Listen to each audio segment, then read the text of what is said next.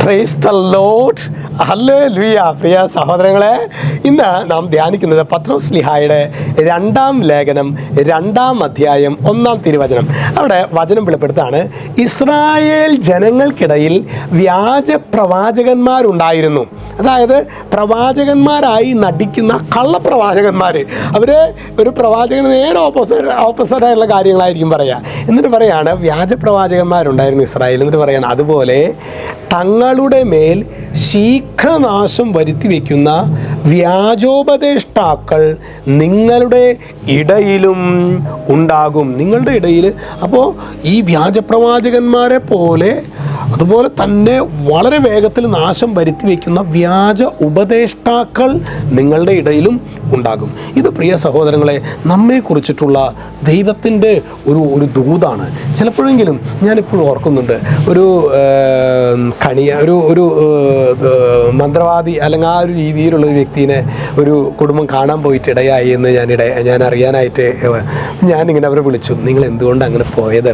അപ്പോൾ അവർ പറയുമായിരുന്നു, അച്ഛാ ഞങ്ങളങ്ങനെ ഞങ്ങളുടെ ഇടവപ്പള്ളിയിൽ കുർബാനയ്ക്കൊക്കെ ഞങ്ങൾ പോകുന്നവരാണ്.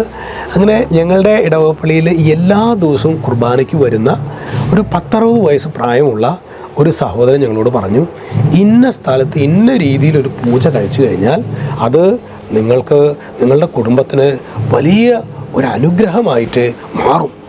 ഇവരങ്ങനെ ആഴത്തിലുള്ള വിശ്വാസമുള്ളവരൊന്നും ആയിരുന്നില്ല പ്രിയ സഹോദരങ്ങളെ. അവരെന്നിട്ട് അവിടേക്ക് പോയി ദുരന്തത്തിൻ്റെ പുറകിൽ ദുരന്തമായിട്ട് അവസാനം അച്ഛൻ്റെ അടുത്ത് വന്നിരിക്കുകയാണ്.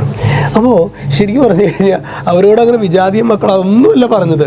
എല്ലാ ദിവസവും കുർബാനയ്ക്ക് വരുന്ന ഒരു വ്യാജോപദേഷ്ടാവാണ് അവരോട് ഈ കാര്യം പറയുന്നത്. ഇത് നമ്മുടെ ഇടയിലുണ്ട് സഹോദരങ്ങളെ. ഇങ്ങനെയുള്ള വ്യക്തികൾ അവർ കുർബാനയ്ക്ക് വരുന്നവരായിരിക്കാം, ചിലപ്പോൾ പള്ളിയിലെ നമ്പർ 1 ആൾക്കാരായിരിക്കാം. പക്ഷേ അവരിലൂടെ പിശാച് പുറപ്പെടുവിക്കുന്ന സ്വാധീനം എനിക്ക് ഒരുപാട് ആത്മാക്കളുടെ ജീവിതത്തെ തകർത്ത് കളയുന്നതായിരിക്കും. അതുകൊണ്ട് ഇന്ന് നമുക്ക് പ്രത്യേകമായിട്ട് പ്രാർത്ഥിക്കാം, ദൈവമേ വ്യാജോപദേഷ്ടാക്കളിലല്ല, ഒന്ന് വചനം പഠിക്കുക, തിരുസഭയുടെ പ്രബോധനങ്ങൾ പഠിക്കുക. നിങ്ങൾക്ക് എന്തെങ്കിലും സംശയം ഉണ്ടാക്കുക, നിങ്ങൾ ആദ്യം നിങ്ങൾ വികാരിച്ചന്മാരുടെ അടുത്ത് പോയി ചോദിക്കുക, അല്ലെങ്കിൽ സിസ്റ്റേഴ്സിൻ്റെ അടുത്ത് പോയി ചോദിക്കുക, സിസ്റ്റർ ഇങ്ങനെ ഒരു കാര്യം പറയണ്ടല്ലോ, അച്ഛാ ഇങ്ങനെ ഒരു കാര്യം പറയണ്ടല്ലോ, എന്താ ചെയ്യേണ്ടത്? നിങ്ങൾക്കൊരു സംശയം തോന്നുകയാണ്, പിന്നെ നിങ്ങളതിൽ പ്രൊസീഡ് ചെയ്യരുത്. നിങ്ങൾ ചോദിച്ച് നമ്മളതിനെ കാരണം അതുപോലെ ഈ ഒരു കാലഘട്ടത്തിലെ ശീഘ്രനാശം, വളരെ വേഗത്തിൽ നാശം വരുത്തി വയ്ക്കുന്ന വ്യാജോപദേഷ്ടാക്കളുടെ എണ്ണം കൂടിക്കൊണ്ടിരിക്കുകയാണ്. അവ സഭയ്ക്ക് പുറത്തല്ല, സഭയുടെ ഉള്ളിലാണെന്ന കാര്യം കൂടി നമ്മൾ തിരിച്ചറിയണം. ഈശോ നമ്മെല്ലാവരെയും സമൃദ്ധമായിട്ട് അനുഗ്രഹിക്കട്ടെ. യേശു ക്രിസ്തുവിൻ്റെ നാമത്തിൽ ഇപ്പോഴും എപ്പോഴും എന്നേക്കും ആമേൻ.